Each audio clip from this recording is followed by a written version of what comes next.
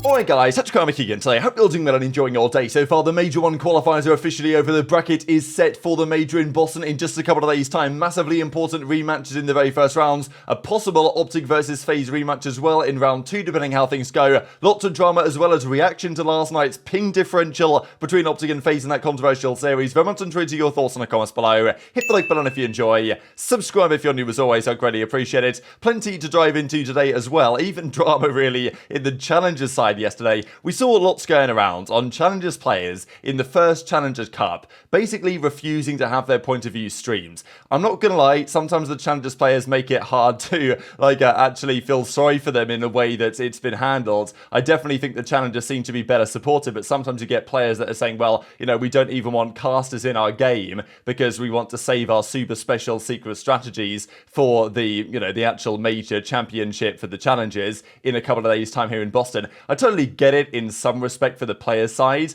that they don't want to reveal anything they don't have to. Like FaZe Black, for example, that went on to actually win this tournament in the end, they kind of like refused to, they wouldn't stream their perspective because, well, they don't want to have any disadvantage of someone else watching their, as I say, super special secret saucy strats. And given there's like 100k on the line in about a week or so, I do get it. I guess the primary issue though is the fact that the league themselves will not, they don't really have their own like primary broadcast they'll do for this, because in the CDL, you don't get a choice, right? It's broadcast, no matter what you do. That's how it works. In Challenges, because the CDL hasn't really done that, therefore the players have to kind of, you know, it's done by third parties and stuff like this. They have to kind of agree to it. It's absolutely a bit of a mess, really. But I do think that lots of these Challenger guys, generally speaking, maybe FaZe Black a bit of an exception, because even though they refused in this case, they had, to be fair, been doing a lot of streams over the last few weeks. Guys that are in Challenges that are, you know, grinding a fair bit but won't stream and refuse to have their point of view shown. It's like, I don't really understand how they expect to really get to the next level or even really get noticed if they don't decide to turn on the streams and make content, because fans can't watch if we can't watch, and therefore, you know, people aren't going to care.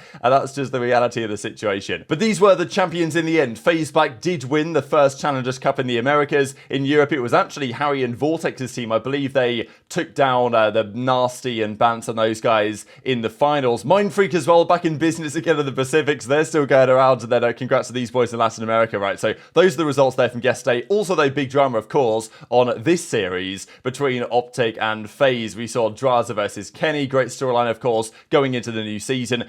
Some reaction as well, some interesting reaction for sure from FaZe, how they had a tweet prepared based on, you know, when Zinni said a while ago when Drazah turned down the OpTic offer to go to FaZe, that, well, when you get given the golden ticket, you should take the offer and join OpTic. Drazah said no, and that's kind of why I said yesterday that I thought FaZe were going to be, you know, not exactly have the mental edge, but they weren't going to be, you know, maybe not as into the series as OpTic have been previously in these kind of matchups, because Drazah absolutely needed to prove that he made the correct decision, which of course he did manage to do. Now, we'll discuss the bracket here in a second, of course. OpTic, it's not really worked out in an ideal way for them. They'd have much preferred to be, you know, second, third seed. There was a reasonable chance here that this match against FaZe last night was for the #1 seed. I'm sure that when the CDL were designing the bracket and deciding when OpTic would play FaZe, there was a reasonable thought that, okay, maybe that'll be a battle for, you know, the #1 seed. Theoretically, it could have been the case had OpTic not lost to Miami and, of course, you know, didn't go so close against Vegas the other day.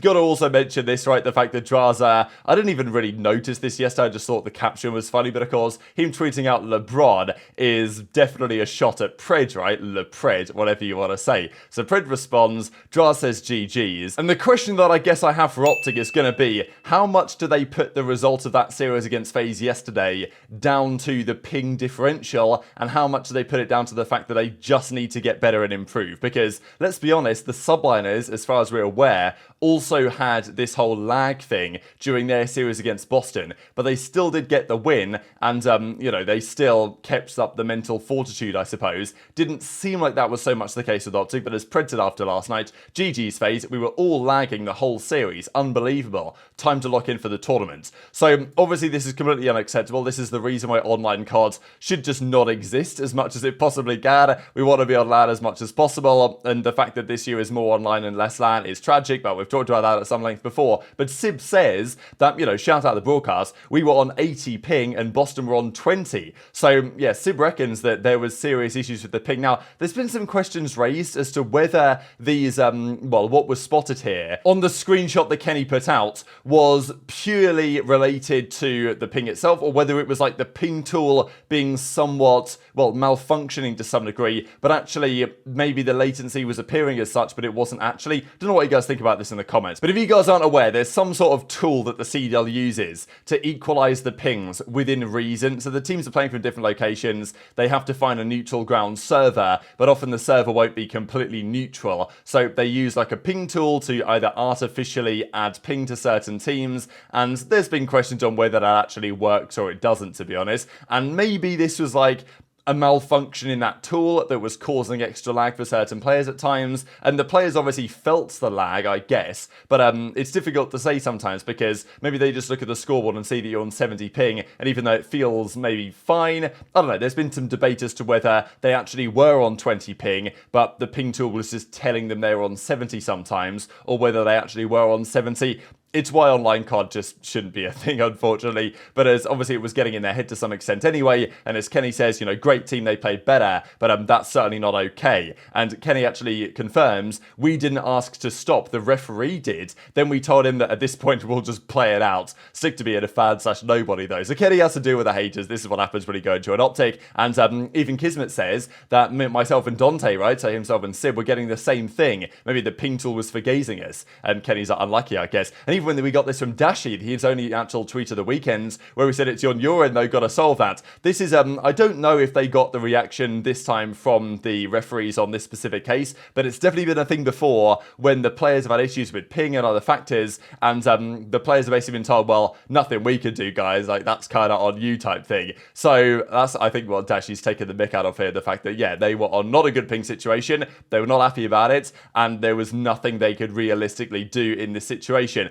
I guess my question really would be though, and even TJ was tweeting about the same thing about the LA series when they played Thieves. They played on like a Denver server, which was not advantageous for them. So basically every single game yesterday, there was some sort of server ping related issue. And I guess my theory is that we'll opt to go away and decide, you know what, we were nowhere near good enough there. We need to significantly improve, as Kenny says, finish 4-3 the split, get to play on LAN. Practice has actually been good, but need to start starting out hot in these series moving forwards. See you guys at Boston. This is always like, OpTic often say this, maybe it's not just OpTic, I think every team says this about starting out hot, but it's like, I don't think they didn't start out hot, do you know what I mean? Like, they came out against FaZe, they went up quite big in the first couple of hard points, and then, you know, FaZe started to bring them out back. It's not like they came out slow, like they won the first couple of hard points. So I don't know on that one, but look, he says their practice has been good. Now, everyone says their practice has been good, but this is the question that I have, and what I want to see going forward is whether Kenny will, you know, say, well, you know, it was just the ping, and therefore we probably would have beat them or would have got closer to them had the ping been normal, or whether they think, you know what, actually we do have a lot to work on. Then again, though, there's not that much they can do. I mean, they're only a few days before the major. They'll be flying out there like tomorrow or Wednesday, so it's not like they have much time to turn it around. They've just got to turn up to the major and show what they're capable of, and they will have to do so based on these current CDL standings. So FaZe 7-0 so far. And I'm not going to lie, if they win the major, they will probably break or tie the record for the most series won in a row ever. Like, because I'm pretty sure FaZe won 11 series in a row at some point last year when they had the run through like the losers bracket and then back to the online stage. So they have a chance to do that. Ultra are also the second favourite team. New York Subliners are also 6-1, but their map count less pretty because they, you know, they've been fought closer and their respawn is somewhat more suspect. This though makes up the seeding. We know that Breach, after their loss yesterday, actually ended up 10th, I guess, here. But regardless, it doesn't massively matter because a loser's bracket start is a loser's bracket start. And Gorillas, despite losing both their series they've most recently played, they did on head-to-head against Boston and then on map count, I guess, against Thieves, actually managed to steal the 8th seed away here. So somehow Gorillas made it to the winner's bracket in the end. So did Rocker after a very poor start. And actually, they ended 14-14 in map count. Very impressive. But OpTic overall here, ending up as the 5th seed after a great start. They only ended 14 in 13 map counts, losing their last, 6 maps in a row. And if they didn't make the reverse sweep up against Vegas, would have been potentially a very different story there as well. So not what OpTic wanted going into the major, absolutely. And right now they are, to be honest, I think if OpTic just make Championship Sunday, that will be a pretty good tournament for them where they currently are. And with maybe the lack of practice they've had that we've talked about over the last few days with respect to teams, especially such as FaZe and even Ultra, you can argue as well, because their road to Championship Sunday is going to be far from easy based on the bracket we are about to see. So here you go. This is what the bracket looks like.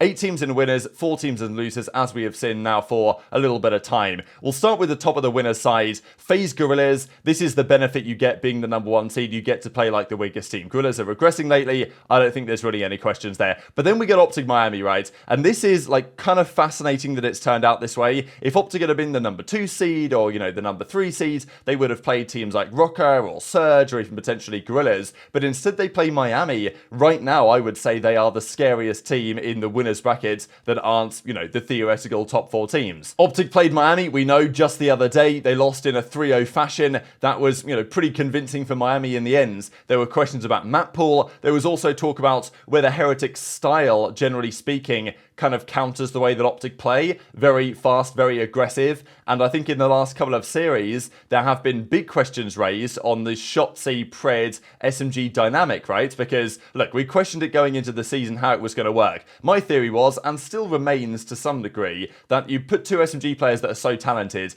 they really should be able to make it work. And in the first few series, after they got over kind of, the search and destroy issues against the Subliners, they came back strong in the next couple of series, beating Surge, of course, in the series OpTic played them was very impressive. And it seems like Pred and Shotzzy were on a pretty, similar page. But the last couple of series, Shotzzy, TikToksy's going for mad plays again, Pred's laying down in the corner again, and, there's questions as to whether that's really going to work. And against a team like Miami that plays super aggressive, that kind of disparity in pace can get exposed more so than other teams. Now, you've got the LAN question, and Miami Heretics, their play style might not be as good on LAN. That might be a general theory, and I'm sure that OpTic will feel confident that going to play these guys on LAN is going to be a different story, but still, I mean, who are the favourites for that series now? Given the fact that Miami are the 4th seeds, OpTic have not won a map this past weekends, and, I don't know, I think Miami will be considered by many to be the favourites for that series, which is pretty shocking, but it is just the way that things stand. And if OpTic do win that, which is questionable, they probably play FaZe, at which point they drop down to losers.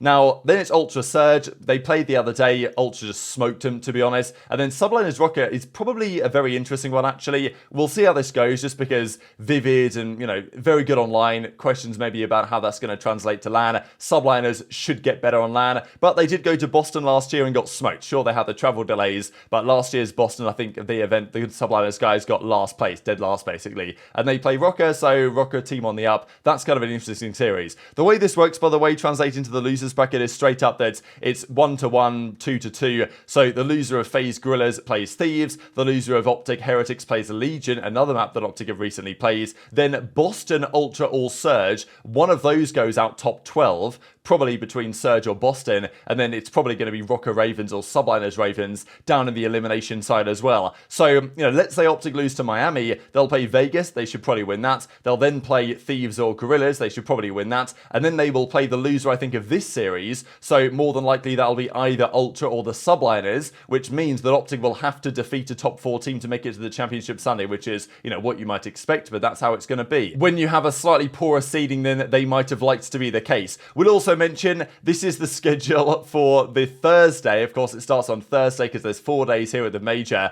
4 days Thursday, or 4 matches Thursday, and then of course 4 matches Friday when the losers bracket gets underway. But again, OpTic are last, right? It's kind of incredible. This is the one that really gets to people, I think, because for the regular season games, it's like, okay, whatever, OpTic play FaZe last, and sometimes OpTic played first, or sometimes they played second. But it's situations like this when there's 4 games, and there's literally no reason why any of these games has to be before another game, because they're all the same round of the brackets, but it always ends up that OpTic are last, which is, they expected at this point, and it is the real, the big series of the day, to be honest, regardless, in terms of it's less easy to predict who's going to win this than any of the other ones, but still, I'm sure that OpTic might not be so happy seeing that they play last match of the day on the first day of the Boston Major in a couple of days' time. So very much interested in your thoughts on all this stuff in the comments below. Hit the like button if you enjoyed, subscribe if you're new, take care, and I'll see you next time.